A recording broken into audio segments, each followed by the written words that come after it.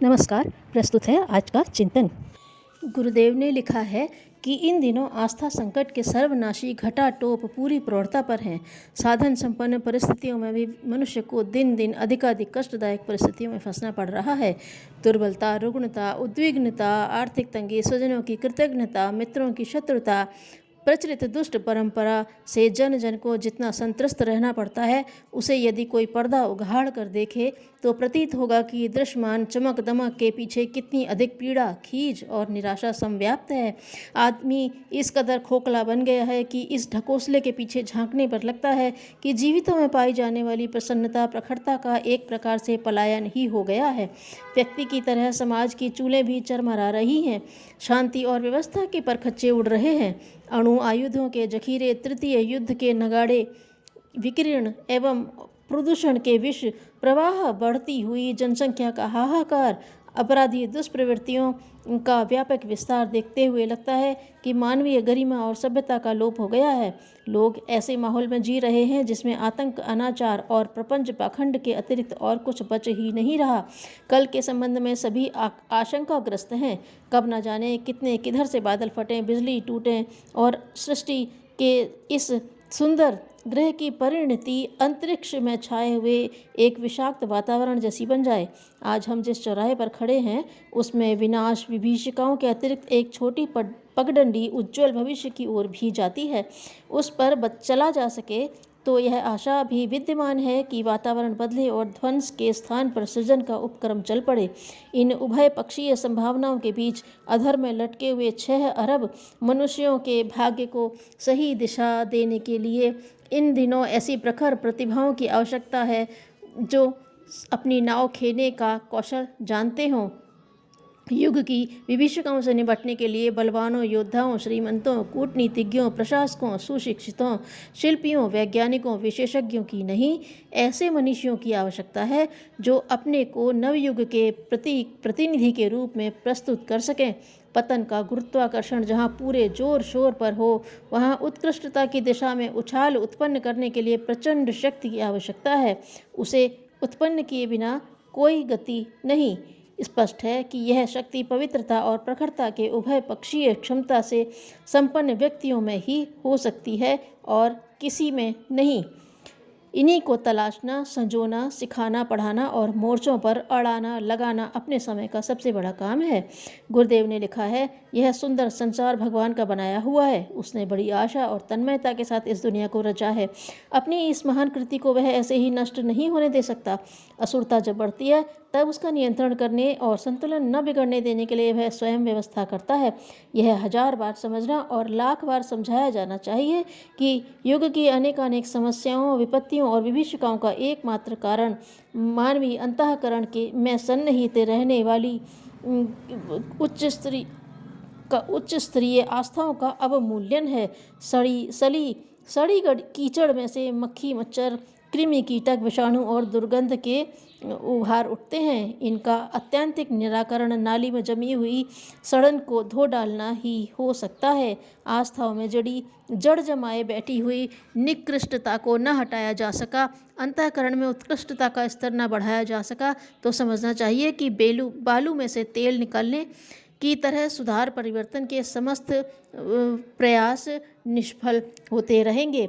यदि मानसिकता को आदर्शवादी उत्कृष्टता के साथ न जोड़ा जा सका तो स्थिति सुधरेगी नहीं, वरन विपत्तियां और भी नज़दीक आती और भी रौद्र रूप धारण करती चली जाएंगी। समस्याओं का समाधान भले ही आज हो या आज से 1000 वर्ष बाद, पर उसका समाधान मात्र एक ही उपाय से संभव है कि मन स्थितियों में से व्याप्त अवांछनीयता को पूरी तरह बुहार फेंका जाए और कुछ ऐसा शक्तिशाली चिंतन उभारा जाए जो प्रस्तुत उल्टे प्रभाव को अपनी प्रचंड शक्ति के सहारे उलट कर सीधा कर सके। पूज्य गुरुदेव ने लिखा है, नैतिक एवं सांस्कृतिक पुनरुत्थान की महती प्रक्रिया को व्यापक बनाने के लिए अपना ज्ञान यज्ञ इस युग की महानतम अभियान है। आज अविवेक ने विवेक का स्थान ग्रहण कर लिया है, इसे पदच्युत करना है।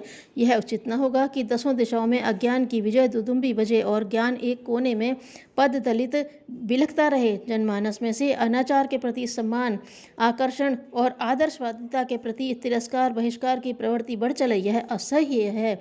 आदर्श चर्चा कहने और सुनने को बहुत मिलती है, पर व्यवहार में दर्शन नहीं होते। पूज्य गुरुदेव ने दृढ़ता के साथ संकल्प किया है, नरक की आग में जलते हुए रहना हमें अस्वीकार है। मानवता को निकृष्टता के कलंक से कलंकित बनी न रहने देंगे। पतन और विनाश हमारा लक्ष्य नहीं हो सकता। दुर्बुद्धि और दुष्प्रवृत्तियों के सिंहासन पर विराजमान रहने देना सहन न करेंगे। अज्ञान और अविवेक की सत्ता शिरोधार्य किए रहना अब अशक्य है। हम इन परिस्थितियों को बदलेंगे, उन्हें बदल कर ही रहेंगे। शपथ पूर्वक परिवर्तन के पथ पर हम चले हैं और तब जब तक सामर्थ्य की एक बूंद भी शेष है तब तक चलते ही रहेंगे। अविवेक को पदच्युत करेंगे। जब तक विवेक को मूर्धन्य न बना लेंगे तब तक चैन न लेंगे। उत्कृष्टता और आदर्शवादिता की प्रकाश किरणें हम प्रत्येक अंतःकरण तक पहुंचाएंगे और वासना और तृष्णा के निकृष्ट दलदल से मानवीय चेतना को विमुक्त करेंगे। विचार क्रांति की आग में गंदगी का कूड़ा करकट जलाने के लिए होलिका दहन जैसा अपना अभियान है। अनीति और अनौचित्य के गलित कुष्ठ से विश्व मानव का शरीर विमुक्त करेंगे। समग्र कायाकल्प युग परिवर्तन का लक्ष्य पूरा किया ही जाएगा। ज्ञान यज्ञ की चिंगारियाँ विश्व के कोने कोने में प्रज्वलित होंगी। विचार क्रांति का ज्योतिर्प्रवाह जन जन के मन को स्पर्श करेगा। परम पूज्य गुरुदेव कहते रहे हैं, आप पढ़े लिखे लोगों तक हमारी आवाज़ पहुंचा दीजिए। लोगों से आप यह मत कहना कि गुरुजी बड़े सिद्ध पुरुष हैं, बड़े महात्मा हैं और सबको वरदान देते हैं।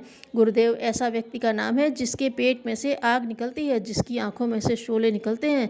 आप ऐसे गुरुजी का परिचय कराना, सिद्ध पुरुष का नहीं। विचार क्रांति अभियान को हमने युग साहित्य के रूप में लिखना शुरू कर दिया है और हर आदमी को स्वाध्याय करने के लिए मजबूर किया है। हमारे विचार बड़े पैने हैं, तीखे हैं। हमारी सारी शक्ति हमारे विचारों में सीमाबद्ध है। दुनिया को हम पलट देने का जो दावा करते हैं वह सिद्धियों से नहीं, अपने सशक्त विचारों से करते हैं। आप इन विचारों को फैलाने में हमारी सहायता कीजिए। इस विशालकाय योजना में प्रेरणा ऊपर वाले ने दी है। कोई दिव्य सत्ता बता या लिखा रही है। मस्तिष्क और हृदय का हर कण कण जर्रा जर्रा उसे लिख रहा है, लिख ही नहीं रहा वरन उसे पूरा कराने का ताना बाना भी बुन रहा है। योजना की पूर्ति में न जाने कितने प्रकार का मनोयोग, श्रम, समय, साधन कितना ही भाग होगा। मात्र लिखने वाली उंगलियां न रहें या कागज कलम चुक जाए तो भी कार्य रुकेगा नहीं, क्योंकि रक्त का प्रत्येक कण और मस्तिष्क का प्रत्येक अणु उसके पीछे कार्य कर रहा है। इतना ही नहीं, वह दैवी सत्ता भी सतत सक्रिय है जो आँखों से न तो देखी जा सकती है और न दिखाई जा सकती है। यह विराट योजना पूरी होकर रहेगी। देखना इतना भर है कि इस अग्नि परीक्षा की बेला में आपका शरीर, मन और व्यवहार कहीं गड़बड़ाया तो नहीं। ऊंचे काम सदा ऊंचे व्यक्तित्व करते हैं, कोई लंबाई से ऊंचा नहीं होता। श्रम, मनोयोग, त्याग और निरहंकारिता की ही किसी को ऊंचा बनाती है। अगला कार्यक्रम ऊंचा है, आपकी ऊंचाई उससे कम न पड़ने पाए, यह एक ही आशा, अपेक्षा और विश्वास आप लोगों पर रखकर कदम बढ़ रहे हैं। आप में से कोई इस विषम बेला में पिछड़ने न पाए जिसके लिए बाद में पश्चाताप करना पड़े। धन्यवाद।